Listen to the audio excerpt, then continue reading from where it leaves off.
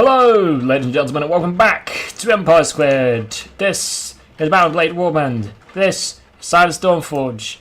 This is song reference. I can't think of any songs. Hunt down Welchius the Sparrow in Ibdelis. Where the hell? Didn't I do this last episode? Didn't I look this up? Yes. Did I forget where it was? Yes. Can I look it up? No. It's Thought you could hide from me. You could for about a minute. Anyways, hi. How's everyone doing? Everyone is me, because you're not here. I'm lonely. I am doing. Oh dear, what's that? Crossbowmen. Let's not fight those. That would be an awful thing. But yeah, today has been a strange day. First off, the rain is raining. The rain is raining. Great. It's raining.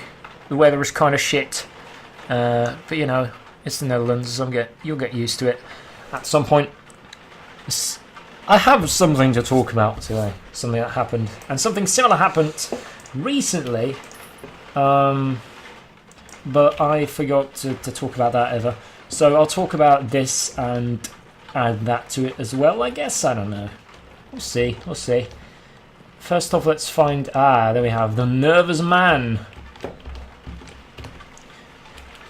So what happened was... Let's just talk to this guy. I'm not going to really bother talking about the game. Oops, don't kick him. Blah, blah, blah, blah, blah. How do weapon... Okay. How do... Okay. So, I don't know how telemarketing works, you know, telemarketing. Wait, is that telemarketing? Yeah, I think it is. Where you get called by a company basically trying to rip you off. That's how telemarketing works, I think. I'm not an expert. There you go. I'm not an expert on the case, but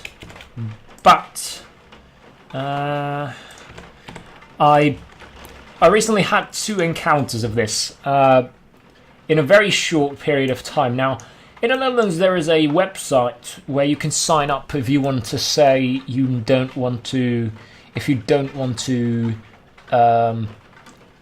get called by these companies, quote unquote companies. You can basically put yourself on that list, and that should disallow them from calling you. Now, I'll tell you, I have done that. We have done that here at home, and apparently it's not working, or it has expired, or some bullshit like that. But I have 2 experiences. This one was a little bit more less awkward, I guess. I got called up. I picked up the phone. Strange number, or at least a strange start. It has 006. I have no clue what that is. Pick up the phone, say my name in Dutch, of course, and I hear a voice telling me if I speak English. Now, that is the telltale sign that you're about to come into a downward spiral your life is about to come into a downward spiral of despair and annoyance. Matthias. Baganda. And now, this voice in particular sounded very Indian. This man that was speaking to me on the phone, he had an Indian accent, which tells me all I need to know, honestly. Ooh, that's Bandits. I saw you, Bandits. Where are you? There you are. That's Despin. That's Nyalcha. That's not what I need. Let's fight this guy. But, now that's enough to know, because India is a still fairly blossoming economic force, I guess, and that's because the labour costs are still really low in India. That's why it's the same as in how all clothes and everything that's cotton and wool and stuff comes from China nowadays, because it just doesn't cost a whole lot to make it there, because the people that make it get paid not even a fraction of what we would get paid to make this kind of stuff. and usually the working conditions are awful. And India has a reputation for hosting pretty much the largest amount, I would guess, of is ICT companies, ICT desks. Basically, it's just, if you've ever seen Slumdog Millionaire, or if you've never seen Slumdog Millionaire, I guess I should say, it's basically an office building full of people that go and bother you on the phone. That's pretty much what they do. So I knew immediately I was up for this guy, this very polite Indian man, was up to no good.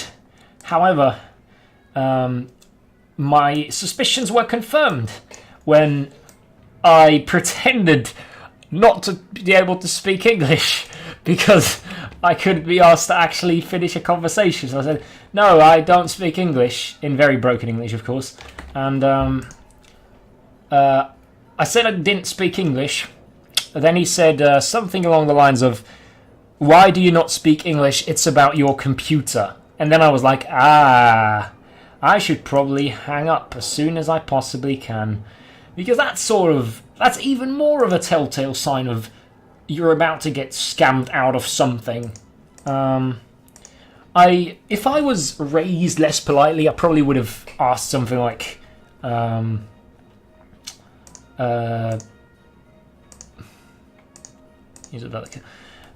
probably should have, if I had bigger balls, basically, I probably should have asked, or said, I don't have a computer. I wonder what would happen then if I said I didn't have a computer.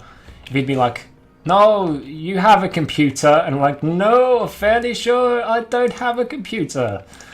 That would be fantastic.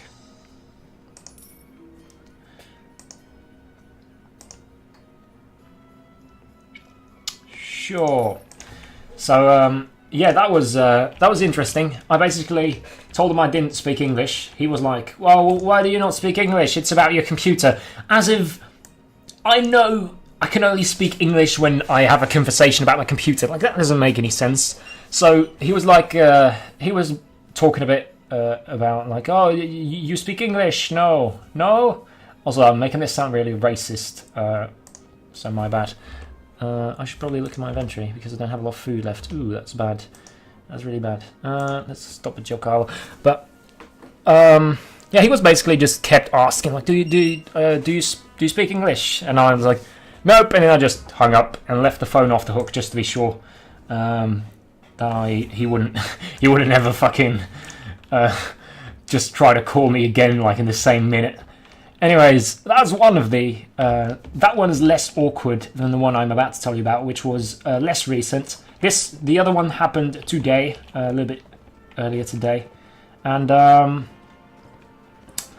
yeah.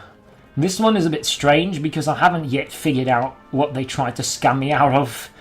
But I got called up, and someone asked me if I spoke English. Me, with my well-mannered voice, said, yes, I do speak English. And they asked me who I was and where I live. Well, they basically said, are you so-and-so and do you live so-and-so? Which is probably not a good thing that they know that. But I answered yes. And she continued to tell me she was an Italian lady, or at least she was putting on a really good Italian accent. I know my accents, people.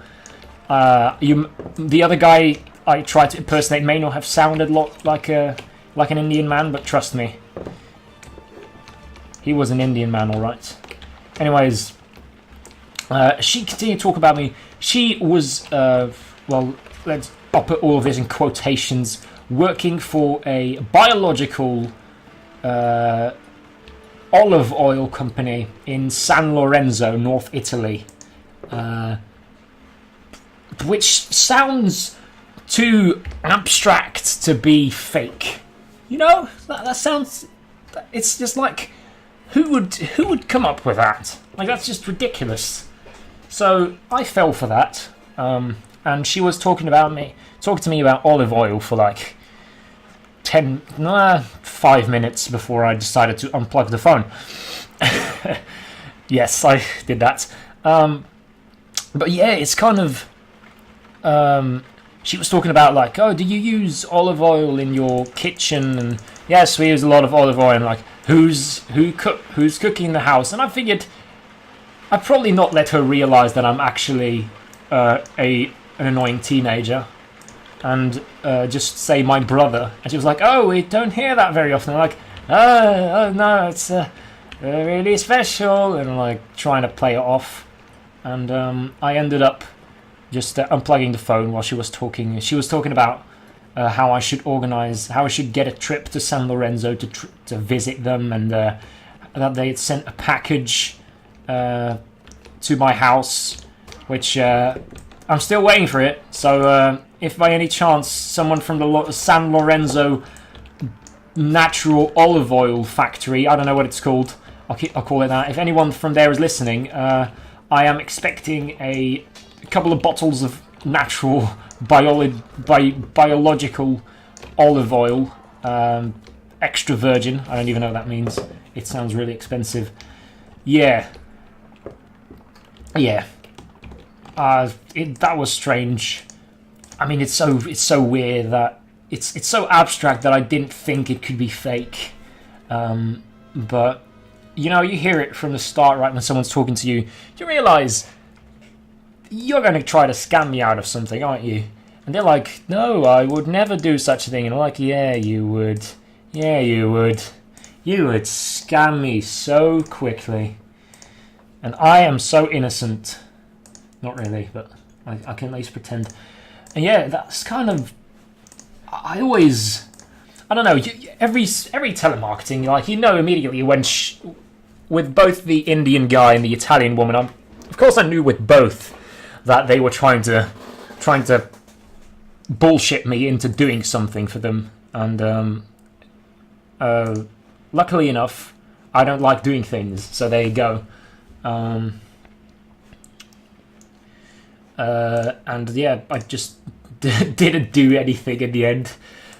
Just hung up on both of them. But I don't know, it's such a weird experience to kind of see that. I always kind of feel rude for hanging up on someone, even though they're clearly just trying to rip me off or something.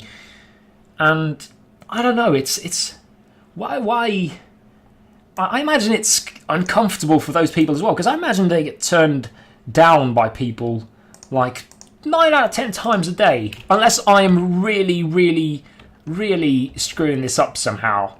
And yeah, I mean, it's awkward for both parties, and I don't think anyone ever says, oh yes, I'll get a trip to San Lorenzo, I'll send you my computer, random Indian guy.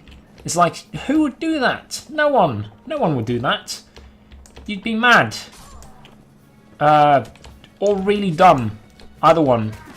Combination is probably even better. But yeah, it's a strange world. That's the story I had. It's quite. It's exhilarating. I know. This is what my life consists of. Picking up the phone and talking to people. I know. Adventurous, aren't I? Now, that was the story I had for today. And for every other day. Nothing exciting ever happens in my world. There you go. That should be a area on, shouldn't it? Oh, there's another guy there. Throwing rocks. 2 guys, actually. How dare you throw rocks at me, you filthy peasant. Oh, that worked. Yeah, it's quite strange how that works. I don't think anyone is really comfortable with that situation. Nope, nothing. Some soldiers are ready to upgrade. Good. Now let's see, what's my okay, 67. That's pretty good. Guy was in Ibdeli's castle. Let's go there. Ugh. I actually don't. I think I talked about my trajectory in this game before, but as in I don't really know what my trajectory is. I'm probably going to join these guys, the Rodox, and I'm probably going to keep building my army, but at some point I need to find some more tournaments to do. Actually, any tasks for me? Oh yes, fantastic. So what he just gave me is a special quest that you can get from Lords, which basically asks you, it's not really special I guess, but he asks you to collect taxes from whatever town they have. The funny thing is, if you ask your king occupies the capital of, or not your king, I guess, a king occupies a capital of a country, which means that you have a chance to actually raise taxes from a capital, which is a lot more than fucking random village number 324. So I'm probably going to make a bit of money off of this, which is not bad. I'd like some new weaponry or something of the sorts, and collect taxes. 4 days, that's really bad, but okay. This is why I should put some more points into it. Guy indicted for treason. Ignore them and continue. I always like the text log thingy, the event log. I don't know what you call it, but I always like that. The way you kind of see the important things. It's definitely interesting. You see here how much money I'm making. This is more than off killing bandits. I do have a plan, a short-term plan to go over to the Nords over here in this this bay here from Beluga to Riverchegg. That's where you'll find pretty much all of the Sea Raiders, which I need to upgrade my troops a little bit before I take on those guys, but when I do, I will get some cool loots and a bit of money from it as well. Oh no. Oh, terrible textures. Okay, at least I have Ferentas with me. So this happens sometimes. If a town are a bunch of bricks, then they'll usually start complaining and want to fight you. Of course, you can't kill peasants because they need peasants. So I have staffs. We have sticks. And they have actual weapons like knives and stuff. Luckily, they're peasants, and we're not. So there you go. Now hope that doesn't happen again. Christ, look at the amount of money I have. That's insane. I'm at 10,000, which means I get to keep about 2,000, which is not bad actually. 6. Wait, no. I already had 4. I'm an idiot. There's probably... Oh, they don't like me here now. That's a shame. Maybe I could buy around. You! Are you King Graveth? No, you're Count Stamar. Who are you? You have a fabulous moustache, I must say. Okay, you do not need my help. Okay. Let's find King Gravy Wavy. King Gravy. King Gravy. I have 1,297. Yeah, fantastic. Do you have anything else? Okay, he does not need my help. That guy didn't need my help either. Yeah, what do I do? What do I do?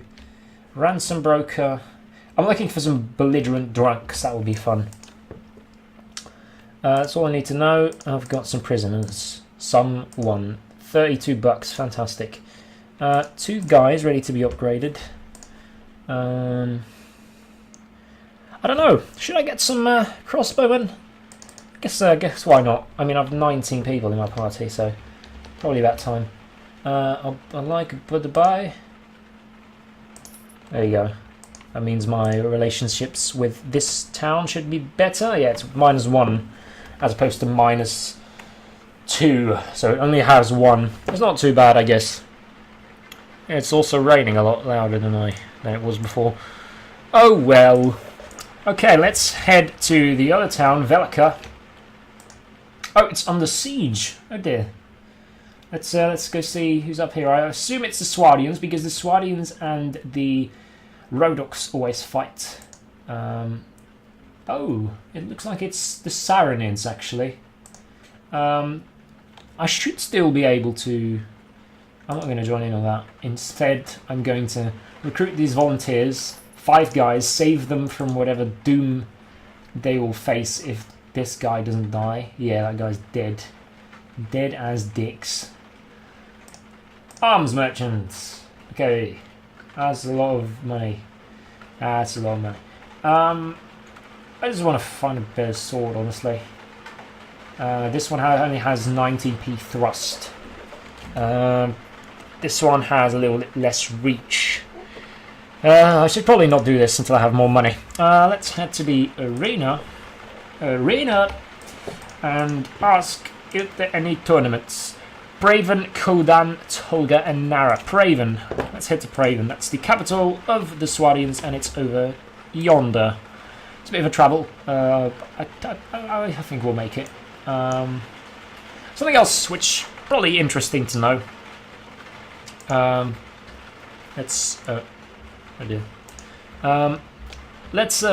Something else that's probably interesting to note is that if you have troops of different nations in your party, so let's say I get some Swadian recruits here, which are stronger cavalry units in the end.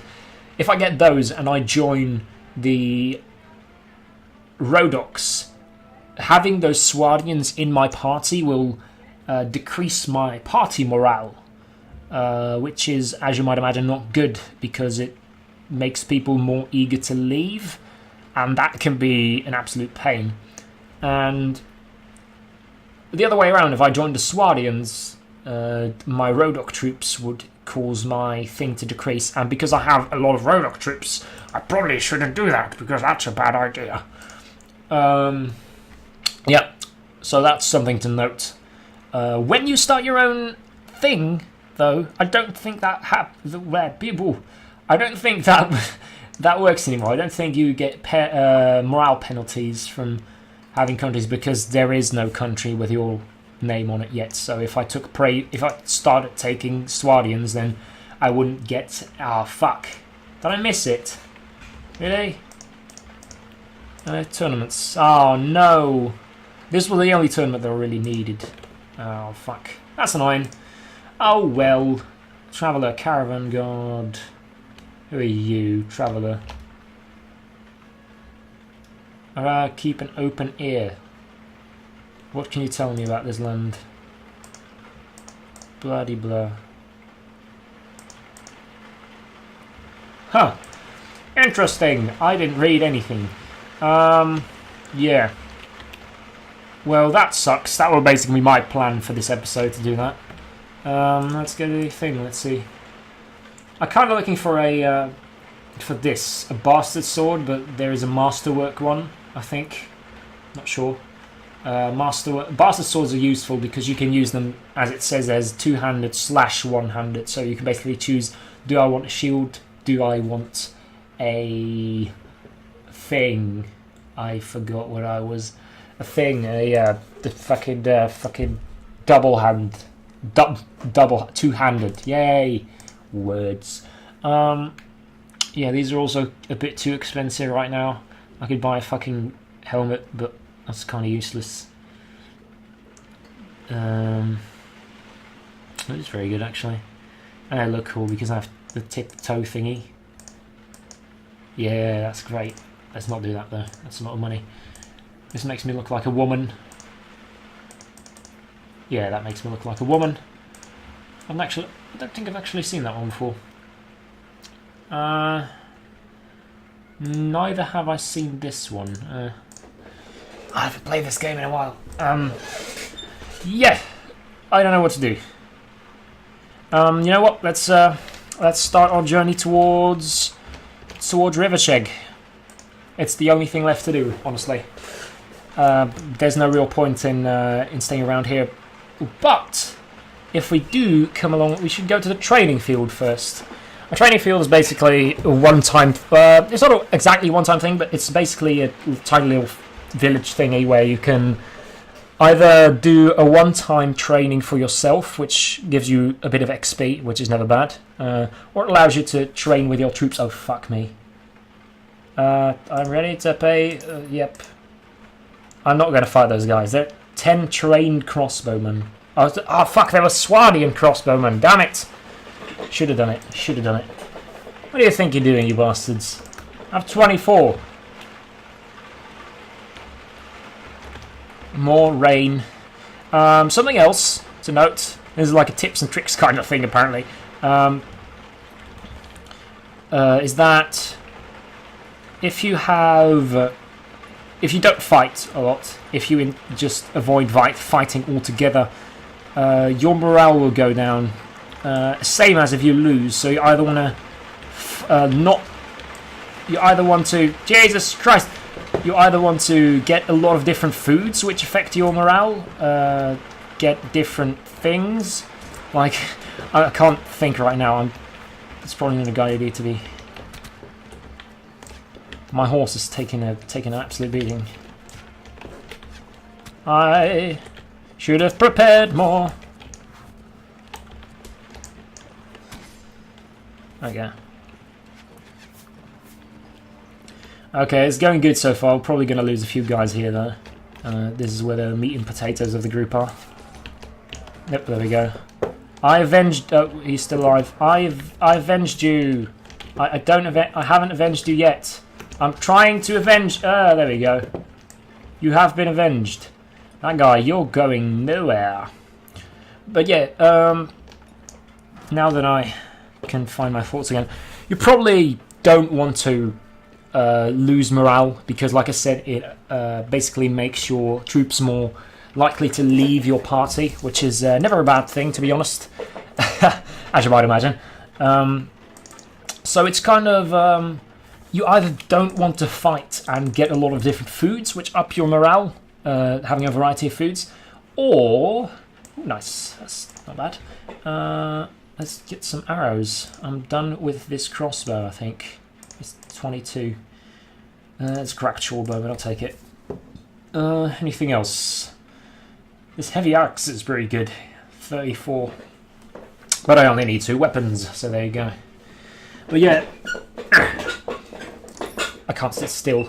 There we go. Another one ready to upgrade. There we go. You probably want to avoid lowering your morale by too much.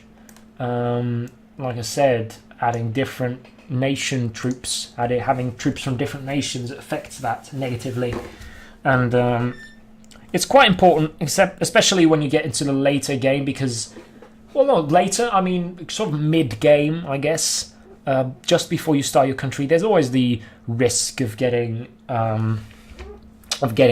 captured, which is never a good thing. These guys look alike. Another crossbowman.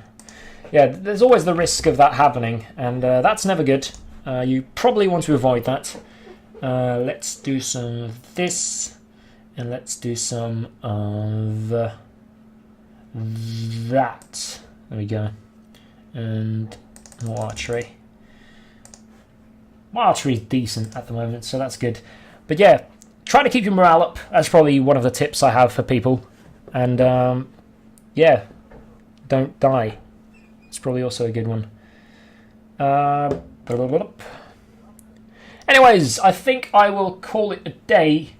Yeah, I'll call it a day. We will do some training next time, and we will go here up towards Rivacheg and fight some filthy sea animals. Sea dogs? I don't know my Viking language. Anyways, thank you all for watching. My name is Millennium, and as usual, I will see you next time. Bye.